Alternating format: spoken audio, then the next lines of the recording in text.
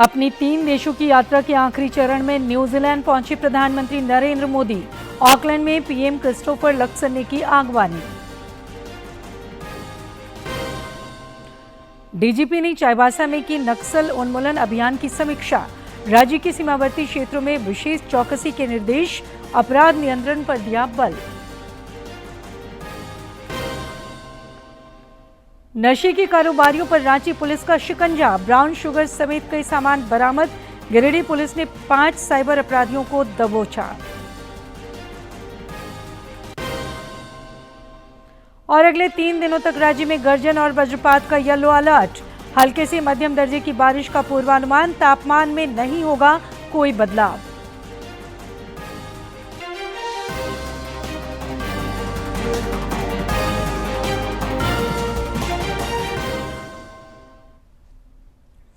नमस्कार, खबरें झारखंड में आपका स्वागत है। खबरों के साथ मैं हूं सरोज झा और अब समाचार विस्तार से। प्रधानमंत्री नरेंद्र मोदी 3 देशों की यात्रा के अंतिम पड़ाव पर आज न्यूजीलैंड पहुंचे। प्रधानमंत्री क्रिस्टोफर लक्सन ने उनका भव्य स्वागत किया। लगभग 4 दशक के बाद किसी भारतीय प्रधानमंत्री की ये पहली न्यूजीलैंड यात्रा है। दोनों नेताओं के बीच द्विपक्षीय संबंधों की व्यापक समीक्षा होगी। वार्ता के दौरान व्यापार और निवेश, रक्षा एवं सुरक्षा सहयोग, शिक्षा, प्रौद्योगिकी, कृषि समेत कई प्रमुख विषयों पर चर्चा होने की उम्मीद है।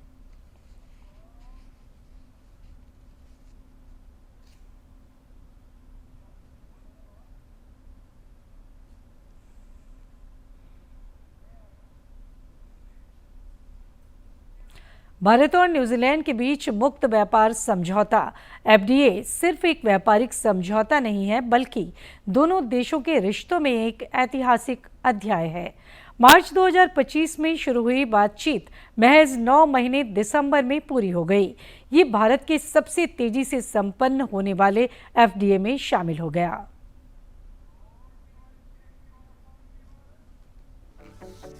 वर्ष 2024-25 में दोनों देशों के बीच वस्तुओं का व्यापार 49% बढ़कर 1.3 अरब डॉलर तक पहुंच गया। भारत का न्यूजीलैंड को निर्यात 711 मिलियन डॉलर रहा, जबकि सेवाओं का निर्यात 13% बढ़कर 634 मिलियन डॉलर तक पहुंच गया। पिछले 10 वर्षों में भारत का निर्यात 130% बढ़ा, जबकि आयात केवल 7% बढ़ा, जिससे भारत के पक्ष में सकारात्मक व्यापार संतुलन बना। भारत न्यूजीलैंड द्विपक्षीय व्यापार 2015 में 855 मिलियन डॉलर का रहा। 2025 में यह 1.298 अरब डॉलर का हो गया। व्यापार में वृद्धि 52% की दर्ज की गई। भारतीय निर्यात 700 मिलियन डॉलर का रहा और सेवाओं का निर्यात 634 मिलियन डॉलर का रहा। इस एफटीए की सबसे बड़ी उपलब्धि है कि न्यूजीलैंड ने अपनी सभी 8,284 टैरिफ लाइनों पर भारतीय उत्पादों के लिए शुल्क समाप्त कर दिया है। यानी भारत के 100% निर्यात को शून्य शुल्क पर बाजार मिलेगा। इससे वस्त्र, परिधान, चमड़ा, जूते, इंजीनियरिंग उत्पाद, फार्मा, प्लास्टिक, रबड़, कृषि उत्पाद और प्रसंस्कृत खाद्य क्षेत्र को बड़ा लाभ मिलेगा। इस एफटीए से भारत को बड़ा फायदा होगा, जिसके तहत 100% निर्यात पर जीरो ड्यूटी, 15 वर्षों में 20 अरब डॉलर का निवेश, 118 सेवा क्षेत्रों में बाजार पहुंच, 139 क्षेत्रों में एमएफएन दर्जा, 5000 कुशल पेशेवरों के लिए वीजा, स्टेम छात्रों के लिए 3 वर्ष तक पोस्ट स्टडी वर्क वीजा, हर साल 1000 युवाओं को वर्किंग हॉलिडे वीजा। फार्मास्यूटिकल क्षेत्र में विश्वसनीय नियामकों के प्रमाणन को मान्यता देने की व्यवस्था से भारतीय दवाओं और मेडिकल उपकरणों को तेजी से मंजूरी मिलेगी। भारत सरकार ने कृषि क्षेत्र में बड़ा संतुलन साधा है। भारत ने डेयरी, दूध, दही, चीज, चीनी, प्याज, चना, मक्का और कई संवेदनशील उत्पादों को समझौते से बाहर रखा है। यानी करोड़ों भारतीय किसानों के हितों की रक्षा की गई है। इसके बदले दोनों देशों ने कृषि उत्पादकता बढ़ाने, उत्कृष्टता केंद्र स्थापित करने, बेहतर कोल्ड चेन बनाने और फूड सेफ्टी पर सहयोग का फैसला किया है। कीवी, फल, सेब और शहद के लिए विशेष व्यवस्था बनाई गई है। सेवाओं और पारंपरिक चिकित्सा के क्षेत्र में यह समझौता ऐतिहासिक माना जा रहा है। पहली बार न्यूजीलैंड ने आयुर्वेद, योग और पारंपरिक चिकित्सा सेवाओं पर अलग समझौता किया है। इसके जरिए आयुष योग प्रशिक्षकों, भारतीय शेफ, संगीत शिक्षकों, IT इंजीनियरिंग और स्वास्थ्य सेवा पेशेवरों के लिए अवसर बढ़ेंगे। बौद्धिक संपदा अधिकार के तहत भारत के GI उत्पादों को यूरोपीय स्तर की सुरक्षा देने के लिए न्यूजीलैंड अपने कानूनों में बदलाव करेगा। फ्री ट्रेड एग्रीमेंट दोनों देशों के बीच महज एक व्यापारिक समझौता नहीं, बल्कि तमाम क्षेत्रों में दोनों देशों के बीच में व्यापक रणनीतिक आधार तैयार करता नजर आता है। FTA में भारत ने अपने संवेदनशील क्षेत्र जैसे कृषि और डेयरी का बहुत ध्यान रखा है, तो छोटे मझोले उद्योगों के लिए एक बड़ा व्यापक बाजार न्यूजीलैंड का खुलता हुआ नजर आ रहा है।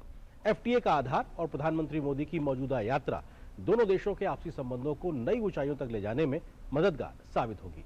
कैमरा सहयोगी के राणा के साथ मैं Aryan Pratap Singh, Auckland, New Zealand, DD news के लिए।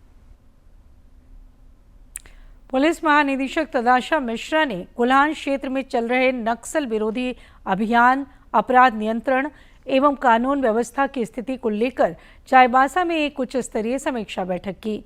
इस दौरान DGP ने नक्सल प्रभावित क्षेत्रों में चल रहे अभियान को और तेज करने, सीमावर्ती इलाकों में विशेष सतर्कता बरतने, अपराधियों के खिलाफ प्रभावी कार्रवाई सुनिश्चित करने तथा आम लोगों में सुरक्षा के प्रति विश्वास मजबूत करने पर जोर दिया। बैठक में पश्चिमी सिंहभूम, पूर्वी सिंहभूम और सरायकेला खरसावां जिले के वरीय पुलिस अधिकारी उपस्थित थे। इसकी जानकारी देते हुए पश्चिम सिंहभूम के पुलिस अधीक्षक अमित रेणु ने बताया कि पुलिस महानिदेशक ने सभी अधिकारियों को समयबद्ध तरीके से निर्धारित लक्ष्यों को पूरा करने का निर्देश दिया। इसमें ऑनरेबल DG मैडम की अध्यक्षता में आज सभी जिले का जो परफॉर्मेंस है क्राइम और नक्सल सिनारियों पे उस पर वृहद रूप से चर्चा की गई, उनका असेसमेंट किया गया और उनके द्वारा कुछ निर्देश दिए गए हैं जो आगे के आने वाले जो समय है उसमें हम लोगों की तरफ से नक्सल अभियान तथा आने वाले फेस्टिवल्स और क्राइम रिलेटेड जो सिनारियो है उसको लेकर के जो दिशा निर्देश दिए गए हैं उसका हम लोग अनुपालन करेंगे। MSME और अन्य पात्र संस्थानों को वित्तीय सहायता उपलब्ध कराने के उद्देश्य से आपातकालीन ऋण गारंटी योजना ECLGS 5.0 पर रांची में जागरूकता एवं संवाद कार्यक्रम आयोजित हुआ। कार्यक्रम में योजना की प्रमुख विशेषताओं, पात्रता, लाभ और इसके प्रभावी क्रियान्वयन पर विस्तार से चर्चा की गई। कार्यक्रम में बताया गया कि प्रधानमंत्री नरेंद्र मोदी की अध्यक्षता में केंद्रीय मंत्रिमंडल की ओर से अनुमोदित ECLGS 5.0 पश्चिम एशिया संकट के कारण उत्पन्न चुनौतियों के मद्देनजर एक लक्षित पहल है।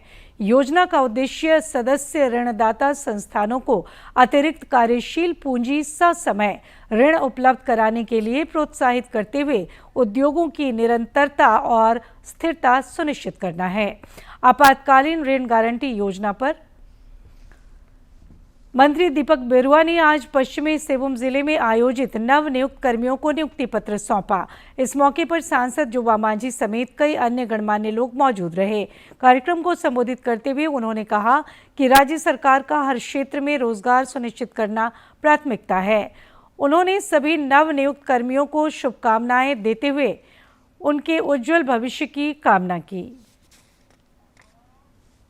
जो काम की प्रयास है तो हर रोजगार सृजन हो और उसका लाभ सीधे यहाँ के लोगों को मिले, सरकार का पहला प्राथमिकता है। इसलिए नियुक्तियों में विशेष ध्यान दीजिए। ग्रामीण विकास मंत्री दीपिका पांडे सिंह आज रांची के JBN institute of social service में आयोजित बैम्बू इकोसिस्टम कॉन्क्लेव में शामिल हुई।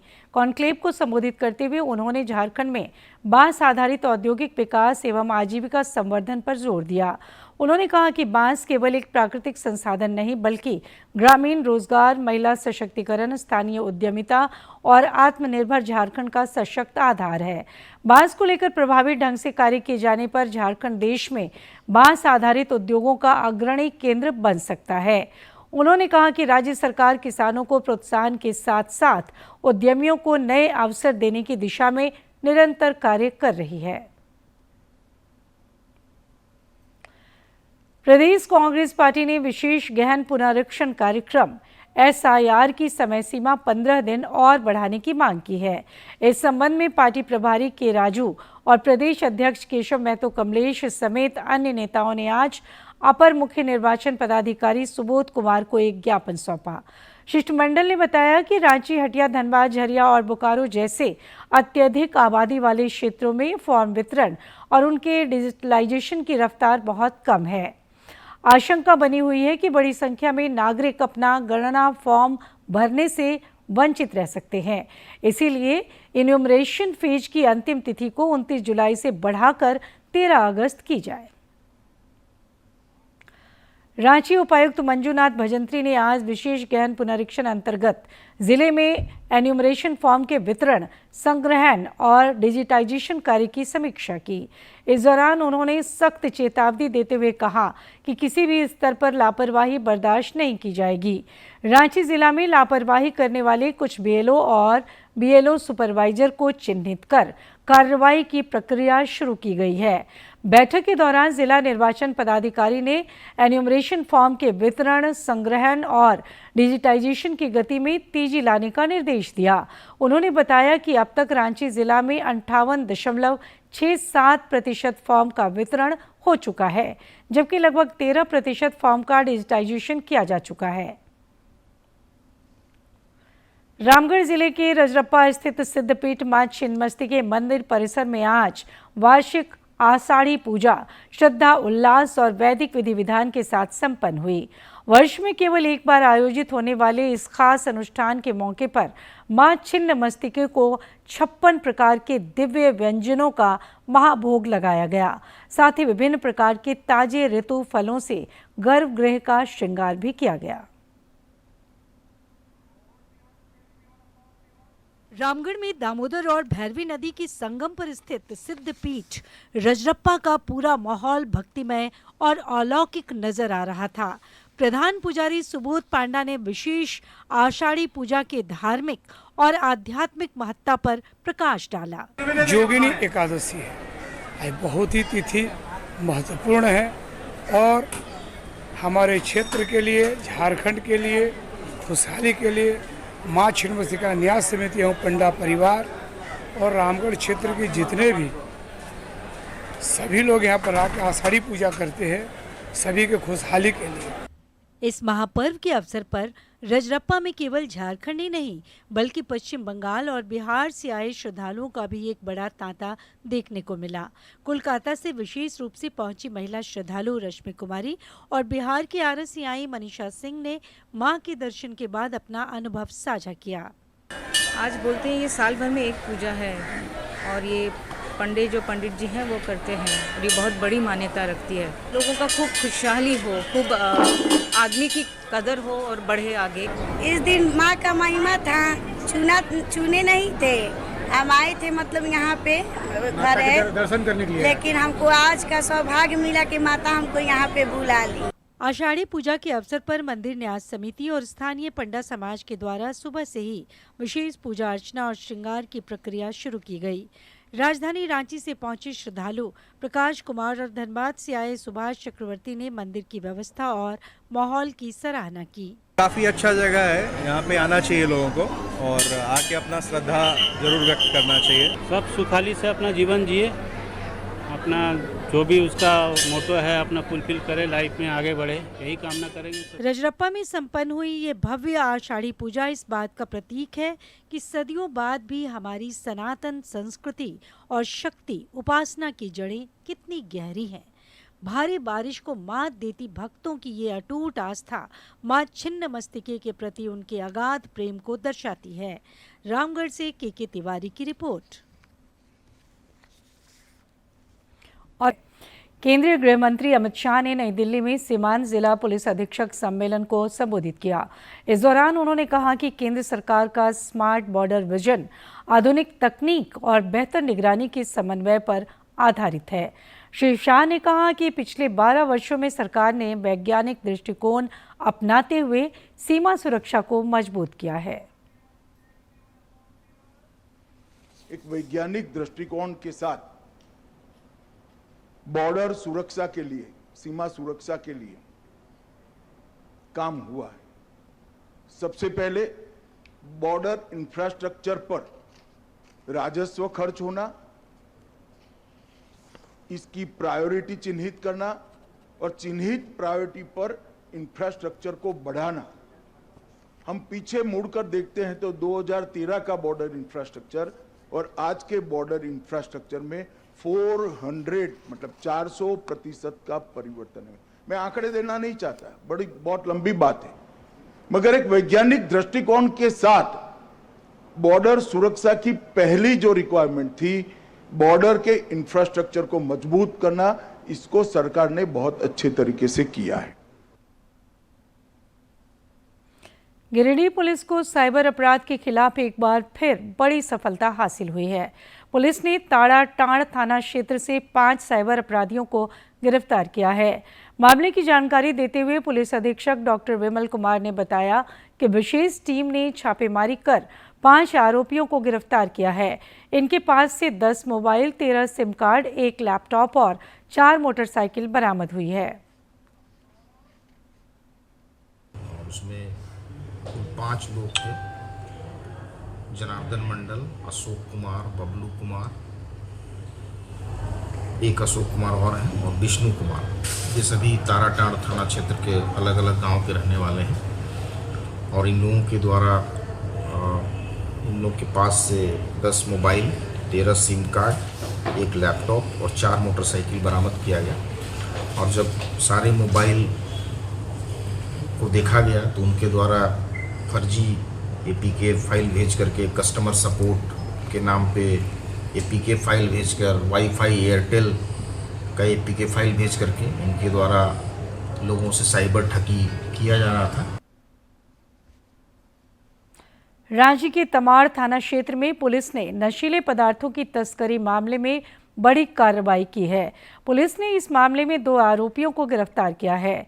रांची के ग्रामीण पुलिस अधीक्षक गौरव गोस्वामी ने बताया कि आरोपियों के पास से 15 ग्राम ब्राउन शुगर, 2 इलेक्ट्रॉनिक वजन मशीन, 1 कीपैड मोबाइल और 1,70,000 रुपए नकद बरामद किए गए हैं। एवं आवश्यक कार्रवाई के बाद एक व्यक्ति का नाम सामने आया, जिस व्यक्ति का नाम था राजा शिव दत्ता। तो उस घर के पास जैसे ही पुलिस हमारी टीम पहुंची तो वहां पर एक व्यक्ति जो कि पुलिस को देखते ही वहां से भागने का प्रयास किया गया और जो हमारी पुलिस टीम थी उसको पकड़ा गया, उसका पीछा करते हुए, और उस व्यक्ति के द्वारा अपना नाम आशिफ खान बताया गया। हमें वहाँ पे तकरीबन 12 ग्राम ब्राउन शुगर और मिला है। टोटल जो हम लोग को उसमें ब्राउन शुगर मिला वो 15 ग्राम के आसपास है। इसके साथ साथ एक वेइंग मशीन जो होती है, जो कि तोलने के लिए काम आती है, 2 ऐसी वेइंग मशीन्स मिली हैं। साथ ही साथ कैश मिला है 1,70,000 रुपीज़। देश भर में मानसून की एंट्री हो चुकी है। मौसम विभाग ने अपने पूर्वानुमान में बताया है कि अगले 3 दिनों तक राज्य के कई हिस्सों में गर्जन और वज्रपात हो सकते हैं। इसे लेकर येलो अलर्ट भी जारी किया गया है। इसके अनुसार हल्के से मध्यम दर्जे की बारिश के साथ साथ वज्रपात की भी चेतावनी जारी की गई है। इस दौरान अगले 3 दिनों तक तापमान में बड़े बदलाव की उम्मीद नहीं है। पिछले 24 घंटे के दौरान चतरा के हंटरगंज में सर्वाधिक बारिश दर्ज की गई। राज्य के कई इलाके अभी भी सामान्य बारिश से अछूते हैं, जिसके कारण किसानों के चेहरों पर चिंता की लकीरें हैं।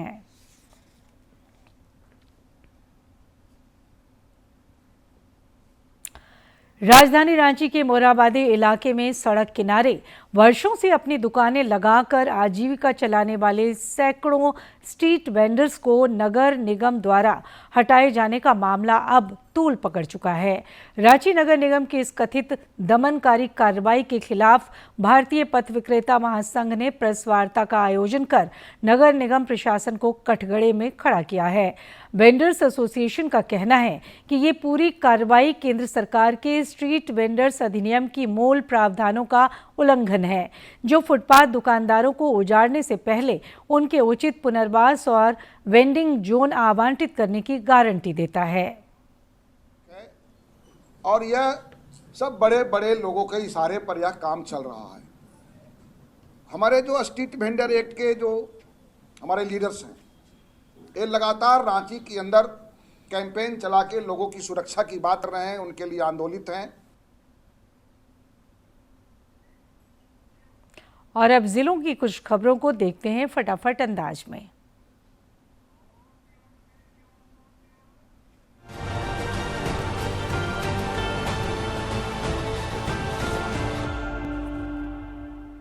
जामताड़ा समाहरणालय परिसर से बिरसा डिजिटल कृषि जागरूकता रथ को रवाना किया गया। ये कृषि रथ जिले के सभी प्रखंडों, पंचायतों और गांवों का भ्रमण कर विभागीय योजनाओं की विस्तृत जानकारी देगी। गढ़वा उपायुक्त ने जन सुनवाई में आए कई आवेदनों का त्वरित निष्पादन किया। इस दौरान उन्होंने समस्याओं को प्राथमिकता देते हुए संबंधित अधिकारियों को भी त्वरित निष्पादन का निर्देश दिया। आज देवघर में उपायुक्त ने जनता दरबार लगाकर ग्रामीण व शहरी क्षेत्र के लोगों से मुलाकात की और उनकी समस्याओं को सुना। इस दौरान कई मामलों का मौके पर ही निष्पादन किया गया। आज गोड्डा समाहरणालय में जिला प्रारंभिक शिक्षा समिति की बैठक आयोजित की गई। बैठक में जिले के 40 जर्जर विद्यालयों को जल्द 1 किलोमीटर के भीतर सुरक्षित स्थानांतरित करने का निर्णय लिया गया। रांची समाहरणालय लगातार नागरिकों की सुविधाओं को विस्तार दे रहा है। इसी क्रम में ब्लॉक ए, ब्लॉक बी में कुल अतिरिक्त 3 आधुनिक लिफ्टों का शुभारंभ किया गया। इससे वरिष्ठ नागरिकों, दिव्यांगजनों और समाहरणालय के पदाधिकारियों, कर्मचारियों को आने जाने में सुविधा मिलेगी। साहिबगंज के जवाहर नवोदय विद्यालय के कक्षा 6 में नामांकन के लिए आवेदन शुरू किया गया है। आवेदन की अंतिम तिथि 31 जुलाई रखी गई है। 1 मई 2015 से 31 जुलाई 2017 के बीच जन्मे छात्र छात्राएं इसमें आवेदन के पात्र हैं। सरायकेला खरसावां जिले के राजनगर थाना क्षेत्र अंतर्गत जनबानी गांव में उत्पाद विभाग द्वारा सघन छापेमारी अभियान चलाया गया। कार्रवाई के दौरान एक अवैध चुलाई भट्टी को ध्वस्त किया गया।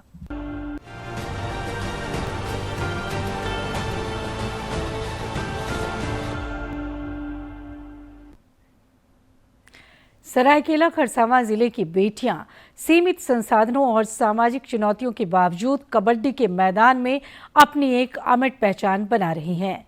प्रधानमंत्री मोदी के फिट इंडिया मूवमेंट और खेलो इंडिया अभियान की मूल भावना को नई उड़ान देते हुए 2 दिवसीय CISCE जोनल कबड्डी प्रतियोगिता का आज सफल समापन हो गया। सरायकेला खरसावां जिले में जेवियर स्कूल गम्हरिया के मैदान में आयोजित 2 दिवसीय CISCE जोनल कबड्डी प्रतियोगिता के समापन सत्र में बालिका वर्ग की विभिन्न स्कूली टीमों ने अंडर 14, अंडर 17 और अंडर 19 जैसी 3 आयु श्रेणियों के फाइनल और सेमीफाइनल मुकाबलों में हिस्सा लिया। खिताबी भिड़ंत के दौरान छात्राओं ने अपनी उत्कृष्ट शारीरिक फिटनेस, कड़े खेल अनुशासन, रणनीतिक कौशल और गजब की टीम भावना का बेजोड़ परिचय दिया। बहुत सब अच्छा खेला और कबड्डी हम लोग के लिए बहुत ही बेनिफिट वाला गेम है। बाकी सबको सब इम्पोर्टेंस देता है, बट कबड्डी भी खेलना चाहिए, उससे भी हेल्थ ये सब स्ट्रांग होता है। और CISCE zonals kabaddi match, and there's a lot of benefits in playing kabaddi. We maintain our fitness and there's a lot more benefits of kabaddi. प्रधानमंत्री नरेंद्र मोदी द्वारा शुरू किए गए फिट इंडिया मूवमेंट और खेलो इंडिया राष्ट्रीय अभियान का बुनियादी उद्देश्य भी यही है कि देश के ग्रामीण अंचलों में छिपी खेल संस्कृति को पुनर्जीवित कर नई पीढ़ी को एक स्वस्थ जीवन शैली की ओर अग्रसर किया जाए। पुरस्कार वितरण समारोह के दौरान विजेता और उपविजेता टीमों को ट्रॉफी सौंपकर सम्मानित करते हुए जेवियर स्कूल के प्रधानाचार्य फादर सेबेस्टियन पुतेनपुरा SJ ने देश और समाज के विकास में खेलों की महत्ता को रेखांकित किया। अच्छा लगता है और ये लोग आगे जा करके कोई भी क्षेत्र में लोग निपुण हो जाएंगे। विशेष करके स्पोर्ट्स में अगर अच्छा है तो सिलेक्शन अभी हो रहा है, तो कोई तो यहाँ से पास होके नेशनल लेवल तक भी जा सकता है।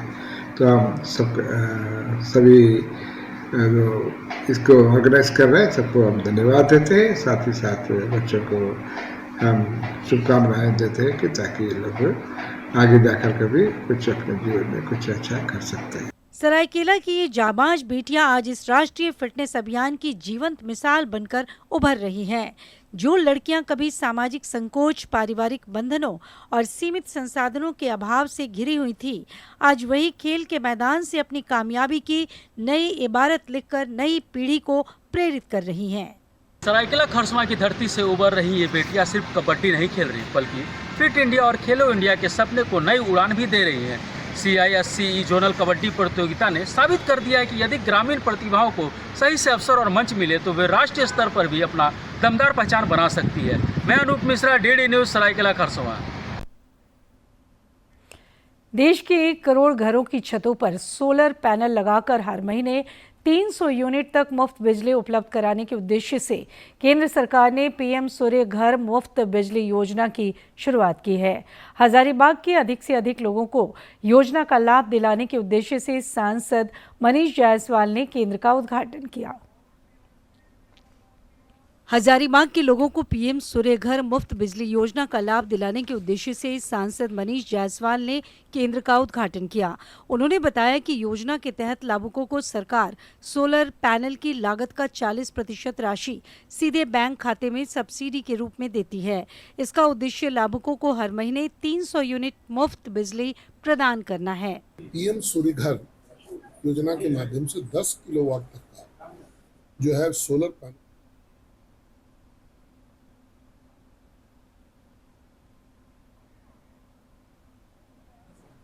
78,000 का तो सब्सिडी मिलता है।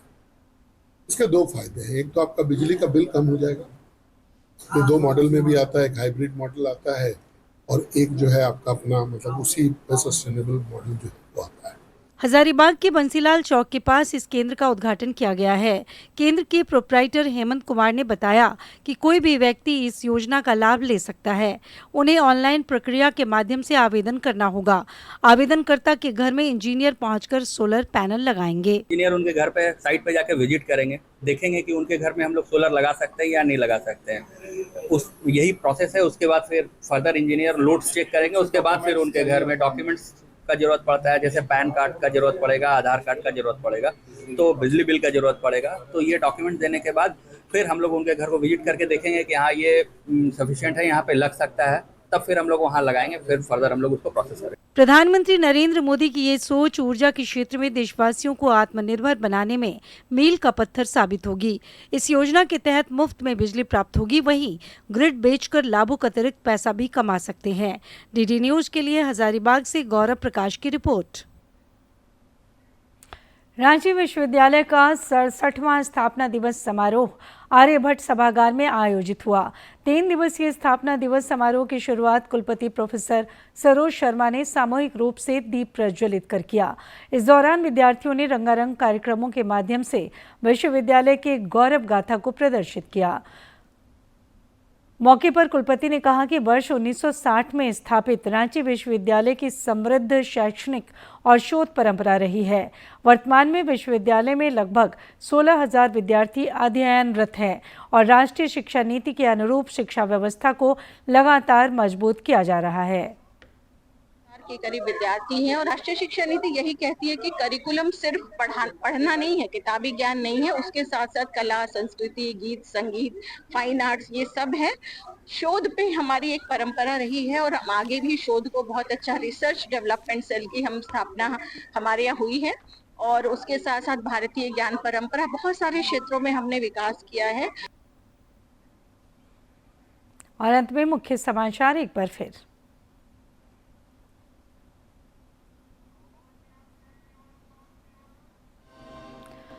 अपनी 3 देशों की यात्रा के आखिरी चरण में न्यूजीलैंड पहुंचे प्रधानमंत्री नरेंद्र मोदी।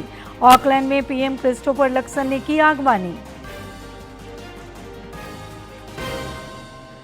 डीजीपी ने चाईबासा में नक्सल उन्मूलन अभियान की समीक्षा की।